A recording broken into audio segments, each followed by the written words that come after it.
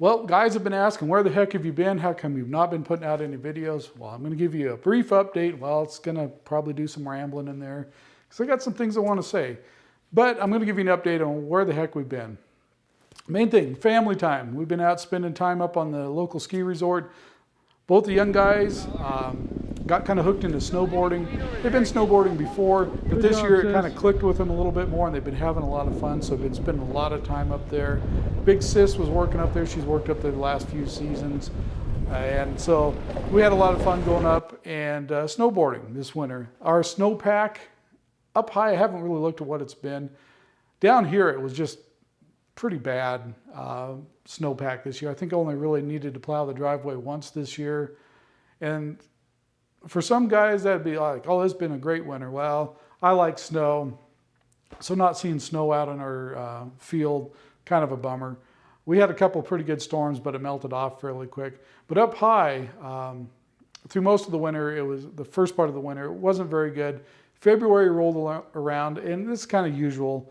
We got a pretty good dump of snow, and I'm not sure what the overall snowpack is, but the local ski resort, I think it was second week in February, they got over 10 feet of snow in just a little over a week. Made for some outstanding snowboarding if you were experienced in any way snowboarding. And I'm not a great snowboarder, but I'm okay.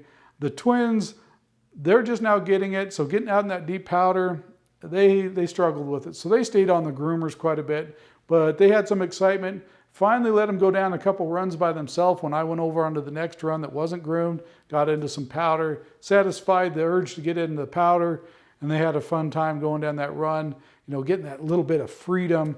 So we had a really good time, and we let the boy, he put the my GoPro on, took a little footage going down the hill. He had a blast, and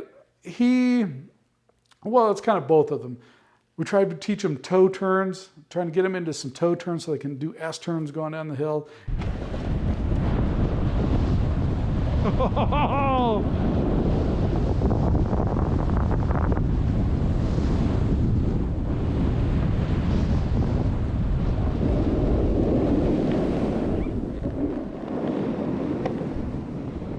That was awesome, buddy. You got right into that toe turn and followed it around. And just when I think they've got it, all of a sudden they kind of revert back into just doing the butterfly, or not the butterfly, the falling leaf pattern going down the hills. And I keep trying and trying. And I asked him, I said, buddy, why don't you just point the nose of that snowboard downhill and start doing some S turns? And he says, Dad, sometimes I just like to send it. I don't know where he picks this stuff up.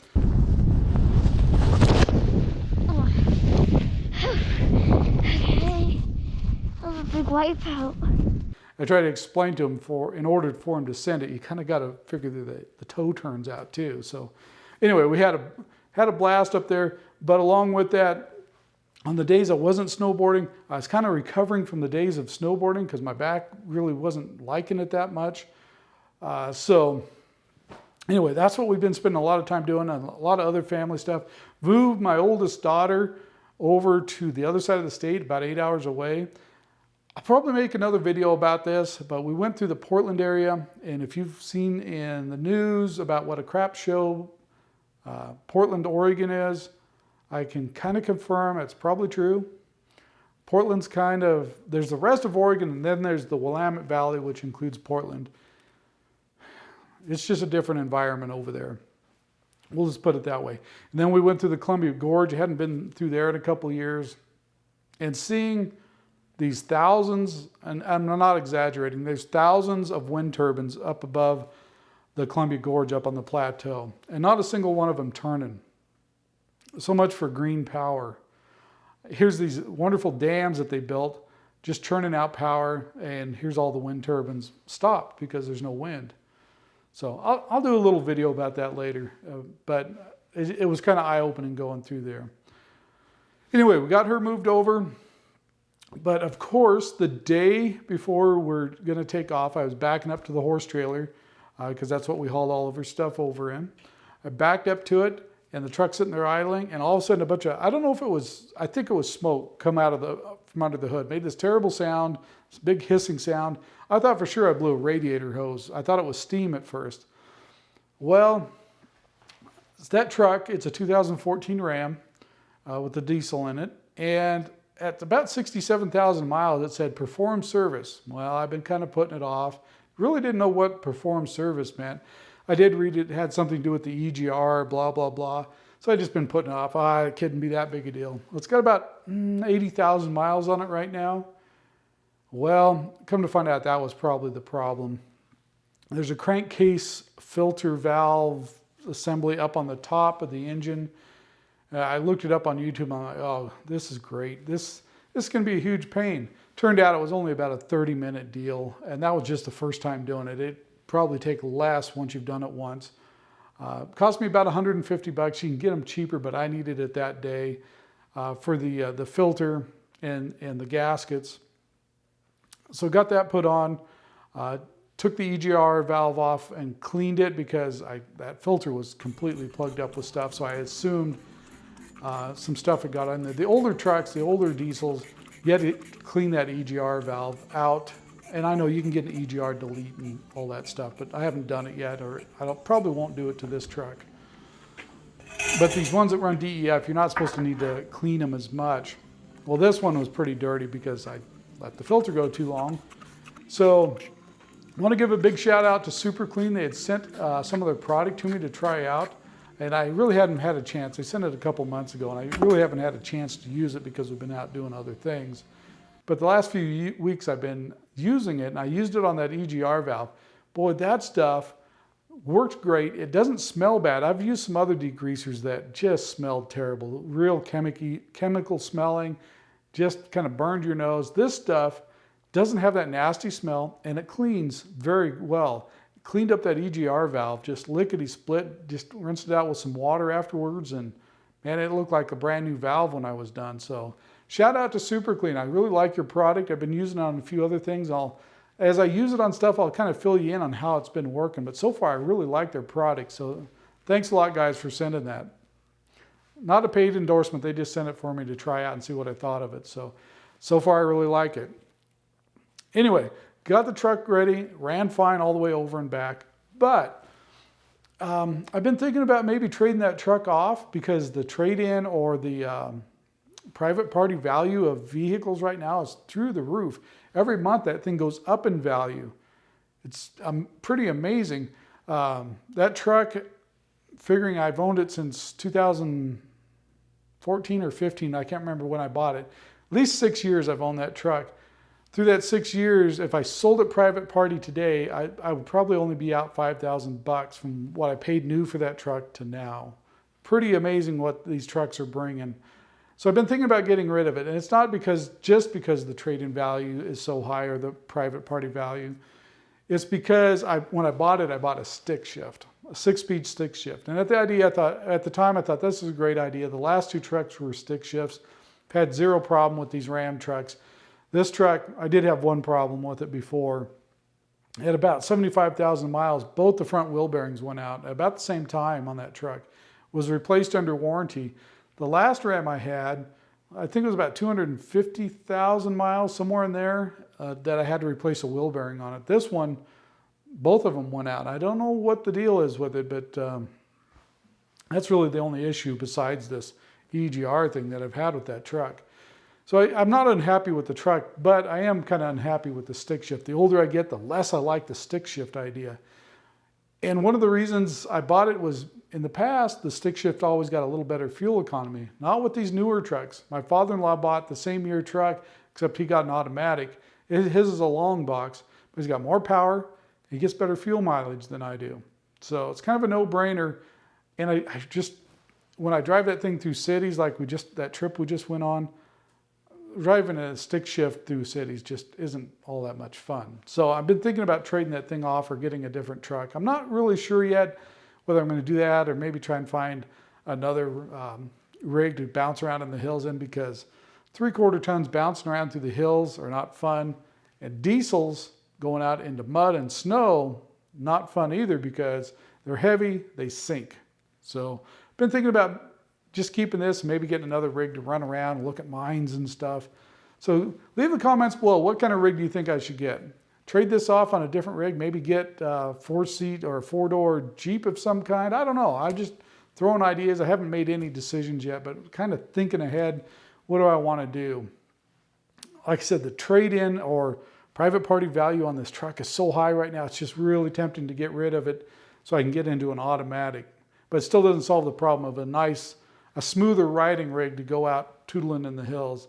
To me, riding around in a 3/4 ton or a 1 ton up in the mountains just isn't very fun. So anyway, leave the comments below on what you think.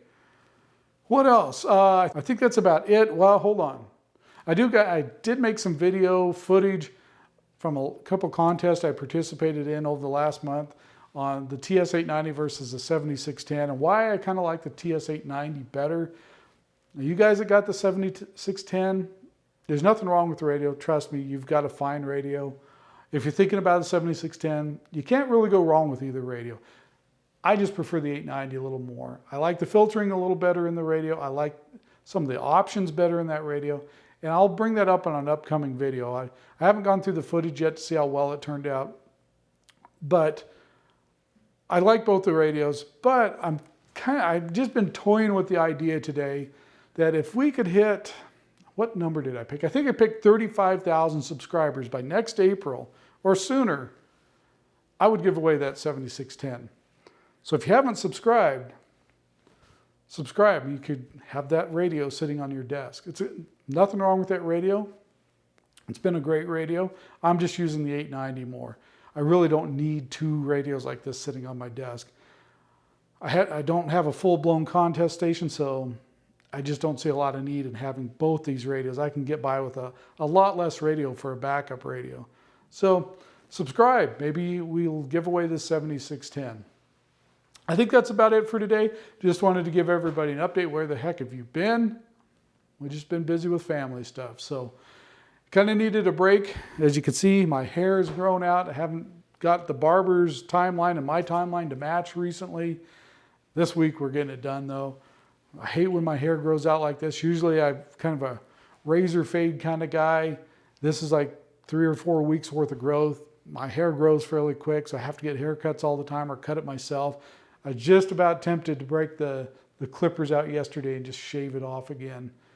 But the wife says, oh, I'll make you an appointment. So she got online and made me an appointment. Okay, because my boy needs a haircut too. So we made appointments for the same day. So okay, I'll hold off cutting my own hair. Okay, that's about it. Enough rambling for today. Thanks for watching, subscribing. You could win a radio. And we'll see you guys on not a next video, the next video. We ready to go.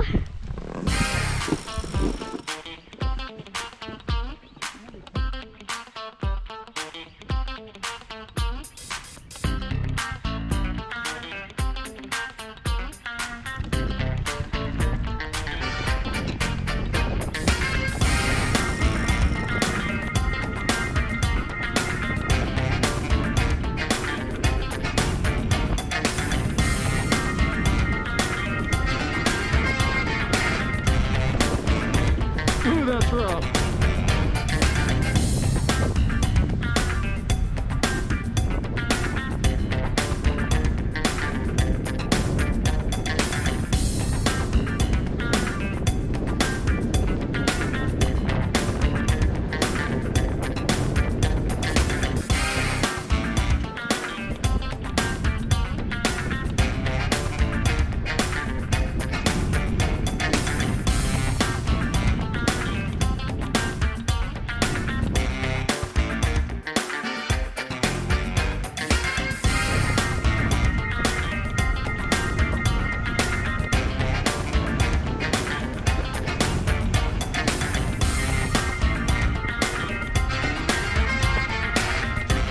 Good job.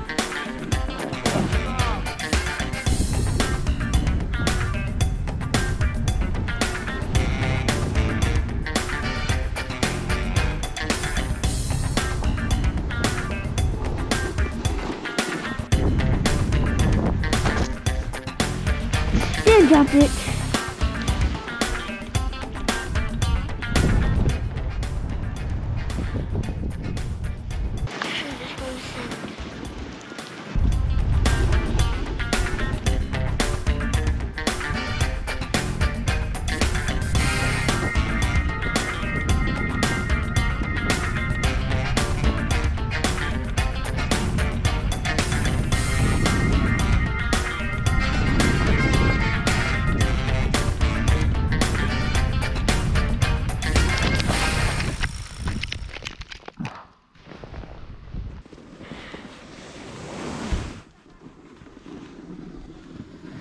You're still on, buddy.